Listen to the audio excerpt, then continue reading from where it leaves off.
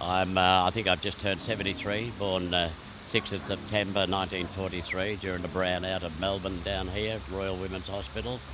Stolen from Royal Women's Hospital and raised in an institution in Melbourne, Box Hill. And the program in there, besides the sexual abuse and the unusual punishments, was to dissuade me, the lone Aboriginal, registered Aboriginal in that Box Hill boys' home, to be, you know, persuaded against any sense of his Aboriginality. And so I was a lost child for many years. But I was always saying to myself, well, a real blackfella shouldn't be shooting white powder up his arms, because I started to behave like not a gangster. I never confronted anybody.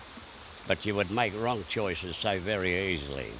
It's very hard to heal oneself from these policies of the past and the policies that are now, developing.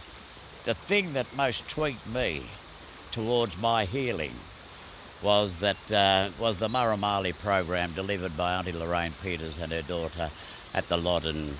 And many years later, through the Koori Heritage Trust, I found myself. I found my mob.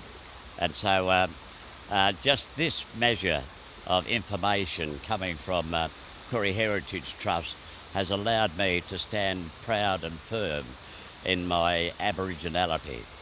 I've tried my damnedest to find out who I was, but at every turn, like just before I left the home, a group of Aboriginal kids came in, my first sighting of other Aboriginal kids.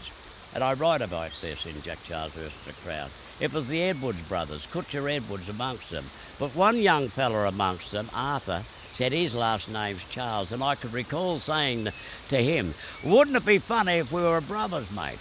Years later, I get to find out that indeed that Arthur at Box Hill Boys' Home, right, that mob of Edwards brothers, that Arthur was indeed my brother, and those two girls were my sisters. And indeed, the Kutcher Edwards brothers were my mum's sister's kids.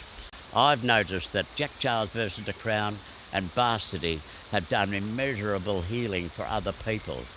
When Bastardy was shown on the ABC, I got a letter from somebody. It was the top of a bicky barrel, Riker or something, bicky barrel, with a stamp on the corner and a note from a girl up in Queensland, 16-year-old, Mr. Charles, I'm 16-year-old, just saw Bastardy, on my way to the methadone clinic now. So, but once you accept your Aboriginality totally, you stand taller, prouder, and you're standing on solid ground.